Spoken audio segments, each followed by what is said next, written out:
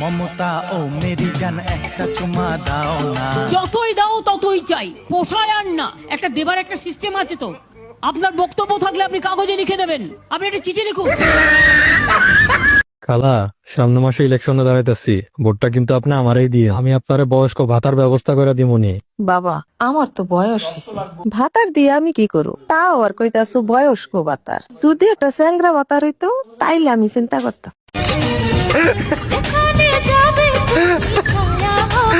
ভিক্ষা করতাম, যাবি ভিক্ষা করি দুইজন মিলা প্রতি নেই সব জানে দেহানা যাই বেহানা যাই দূরে জান।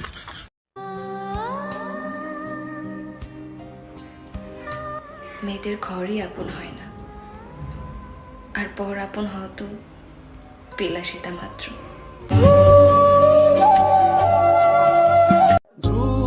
এত গুরুত্ব দিচ্ছেন যে অবহেলা করবেন না তো পরে। আপনার এমনটা কেন মনে হলো? আমার ইনটিউশন খুব ভালো। আমি ভালোবাসা দেরিতে বুঝলেও অবহেলাটা খুব দ্রুতই টের পাই। তোমাকে ভালোবাসার পিছনে আমার 101টা কারণ আছে। শুনতে চাও? তুমি দেখতে সুন্দর, তোমার একটু রাগ আছে, কিন্তু তোমার ভেতরে একটা খুব সুন্দর মন আছে, সুহাসিনী, সুনয়না। আমি যখন ক্লাস 5-এ পড়ি তখন থেকে এলাকার সব পোলাপান আমার জন্য পাগল। কি করবো স্যার বলেন? আমি দেখতে এত সুন্দর, সবাই শুধু আমার প্রেমে পড়েছে। তুমি কি জানো না, তুমি কি বোঝো না, তোমার সকালে উঠে ভালো মানুষের মুখ দেখলে নাকি সারা দিন ভালো যায়।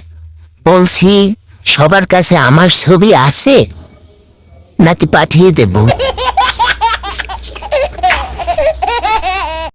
পরিস্থিতি তো অজুহাত মাত্র। ইচ্ছে থাকলে স্রোতের বিপরীতেও সাঁতার কাটা।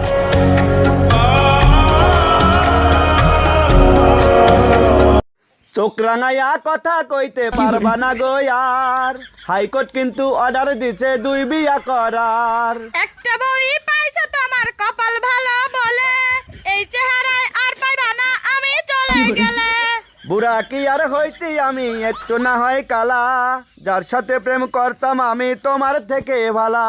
কথা শুনলে পায়ের থেকে মাথা পর্যন্ত জ্বলে, তোমায় নাকি স্বভাব খারাপ পাড়ায় লোকে বলে। কোন পাড়ার লোক কইছে আমার ভালো না স্বভাব, ভাতটি চাইলে কাউয়ার কিন্তু হইব না অভাব। তোমার মন পাড়ায় ঘুরতে গেছিলাম, বাপরে বাপ কি ভিড় কি ভিড়, ধাক্কা ধাক্কিতে তো আমার জুতায় ছিঁড়ে গেছে।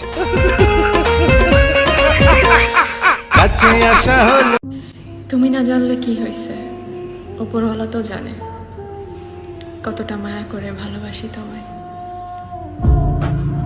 क्योंकि तुम